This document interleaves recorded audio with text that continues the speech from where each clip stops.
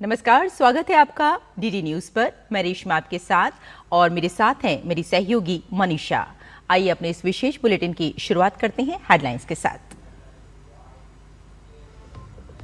प्रधानमंत्री नरेंद्र मोदी का स्लोवाकिया में भव्य स्वागत। पारंपरिक स्लोवाक लोक नृत्य वंदे मातरम और वैदिक मंत्रों के साथ किया पीएम मोदी का अभिनंदन।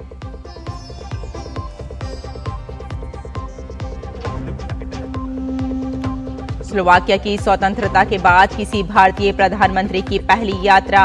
आज करेंगे स्लोवाकिया के राष्ट्रपति और प्रधानमंत्री और उद्योग जगत के प्रमुख प्रतिनिधियों से मुलाकात। विभिन्न द्विपक्षीय मुद्दों पर चर्चा संभव।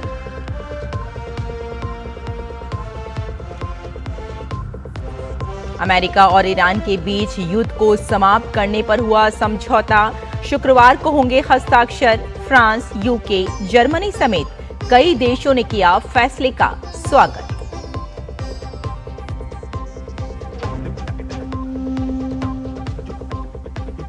विकास को नया आसमान। आज से जेवर स्थित नोएडा इंटरनेशनल एयरपोर्ट से व्यावसायिक उड़ानें, निवेश, रोजगार और आर्थिक विकास के नए अवसर होंगे सृजित। और महिला टी20 विश्व कप 2026 के अपने पहले मुकाबले में दर्ज की भारत ने शानदार जीत। पाकिस्तान को 64 रन से हराकर टीम इंडिया ने किया अभियान का आगाज।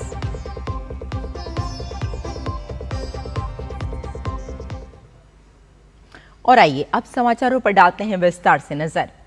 प्रधानमंत्री नरेंद्र मोदी का स्लोवाकिया पहुंचने पर भव्य स्वागत हुआ। ब्रातिस्लावा के होटल पहुंचने पर पीएम मोदी का पारंपरिक तौर तरीकों से स्वागत किया गया। उनका अभिनंदन स्लोवाक संस्कृति और परंपरा के अनुरूप हुआ। स्लोवाक संस्कृति में इस तरह का स्वागत आतिथ्य, सम्मान और सद्भावना का प्रतीक माना जाता है। प्रधानमंत्री के शानदार अभिनंदन की कड़ी में पारंपरिक स्लोवाक लोक नृत्य प्रस्तुति भी हुई। वहीं लुचनित्सा कला दल ने प्रधानमंत्री का स्वागत वंदे मातरम के सामूहिक गायन के साथ किया। साथ ही एक स्लोवाक बैंड महादेव कीर्तन प्रोजेक्ट ने वैदिक मंत्रों और भक्ति संगीत की प्रस्तुति देकर उनका स्वागत किया। प्रधानमंत्री नरेंद्र मोदी से मिलने पर भारतीय समुदाय को लोगों ने बेहद खुशी जताई। लोगों ने इसे यादगार पल बताया।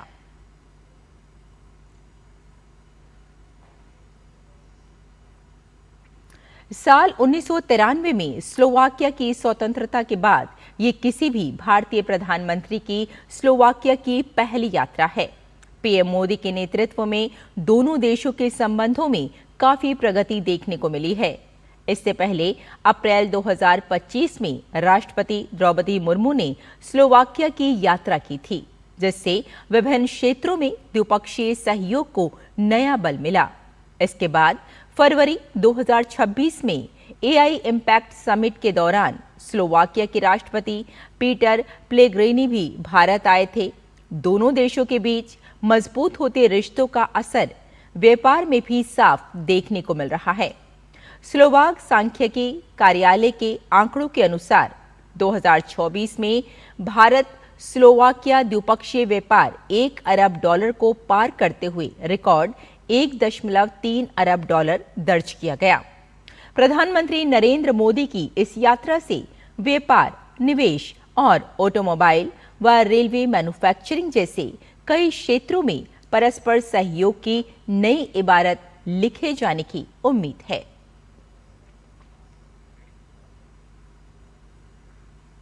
इससे पहले प्रधानमंत्री नरेंद्र मोदी और फ्रांस के राष्ट्रपति इमैनुअल मैक्रों की नीस में मुलाकात के दौरान द्विपक्षीय सहयोग में विस्तार पर सहमति बनी। दोनों नेताओं ने भारत फ्रांस विशेष वैश्विक रणनीतिक साझेदारी में हुई प्रगति की समीक्षा की। बैठक में कई बड़े निर्णय हुए। फैसला हुआ कि अगले 5 वर्षों में द्विपक्षीय व्यापार को दोगुना करने का लक्ष्य हासिल करने के लिए एक उच्च स्तरीय वार्षिक तंत्र गठित किया जाएगा। पीएम और राष्ट्रपति मैक्रों की बैठक में Bharat France innovation road map 2030 तय किया गया। दोनों देश AI गवर्नेंस पर केंद्रित साझा AI वर्किंग ग्रुप स्थापित करेंगे। मोबिलिटी के क्षेत्र में सहयोग बढ़ाने का भी फैसला लिया गया। भारत और फ्रांस के रिश्तों में पिछले कुछ वर्षों में तेजी से प्रगति हुई है। तकनीक से कूटनीति तक दोनों देश मिलकर आगे बढ़ रहे हैं और साझा समृद्ध भविष्य की इबारत लिख रहे हैं।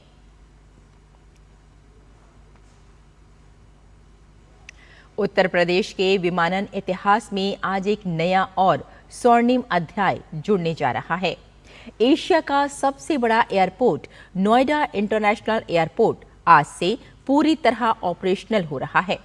जेवर से आज पहली कमर्शियल यानी व्यावसायिक उड़ान को केंद्रीय नागरिक उड्डयन मंत्री राम मोहन नायडू ने हरी झंडी दिखाकर रवाना करेंगे। इंडिगो की पहली फ्लाइट सुबह 7:05 पर लखनऊ स्थित चौधरी चरण सिंह इंटरनेशनल एयरपोर्ट से रवाना होगी और सुबह 8:05 पर नोएडा इंटरनेशनल एयरपोर्ट पहुंचेगी। इसके बाद नोएडा से बेंगलुरु के लिए पहली वाणिज्यिक उड़ान संचालित की जाएगी। नोएडा अंतर्राष्ट्रीय हवाई अड्डे को दिल्ली NCR क्षेत्र के लिए दूसरे अंतर्राष्ट्रीय हवाई अड्डे के रूप में विकसित किया गया है। इस एयरपोर्ट को यात्रियों की सुविधा और टेक्नोलॉजी पर खास ध्यान देते हुए डिजाइन किया गया है।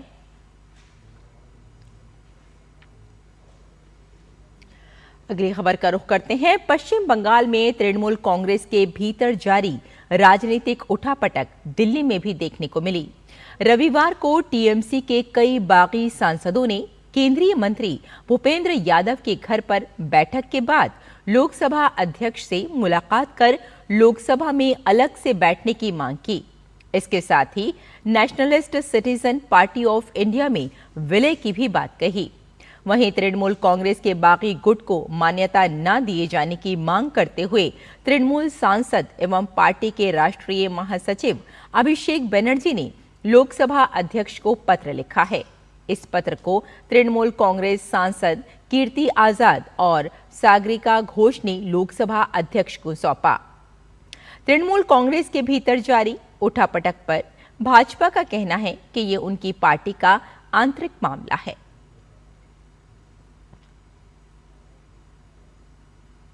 अमेरिकी राष्ट्रपति डोनाल्ड ट्रंप ने बड़ा ऐलान करते हुए कहा है कि इस्लामिक रिपब्लिक ऑफ ईरान के साथ किया गया समझौता अब पूरी तरह पूरा हो चुका है। राष्ट्रपति ट्रंप ने अपने बयान में सभी को बधाई देते हुए स्ट्रेट ऑफ होर्मुज को पूर्ण रूप से टोल फ्री खोलने की अनुमति की बात कही है। इसके साथ ही ट्रंप ने अमेरिकी नौसेना द्वारा लगाए गए ब्लॉकेड को भी तुरंत हटाने का निर्देश दिया है। राष्ट्रपति ट्रंप के मुताबिक उनका ये बड़ा फैसला अंतर्राष्ट्रीय समुद्री मार्ग को खोलने और वैश्विक तेल आपूर्ति को पूरी तरह सामान्य करने की दिशा में एक बड़ा कदम है।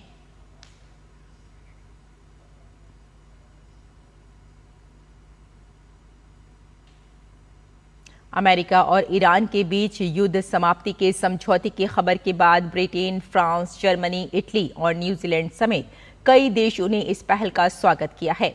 हालांकि इजराइल की ओर से तत्काल कोई आधिकारिक प्रतिक्रिया नहीं आई है और लेबनान को लेकर मतभेद अभी भी चर्चा का प्रमुख विषय बने हुए हैं। वहीं अंतर्राष्ट्रीय तेल कीमतों में गिरावट दर्ज की गई।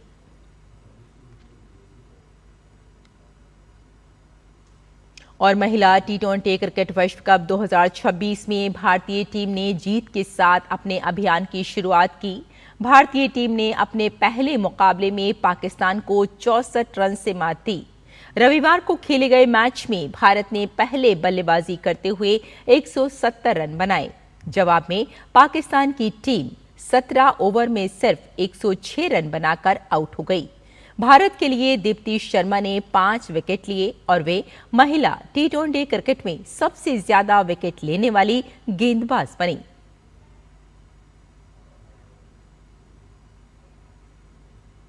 तो हमारे इस विशेष बुलेटिन में फिलहाल इतना ही। मुझे और मेरी सहयोगी मनीषा को यहीं अनुमति दें। नमस्कार।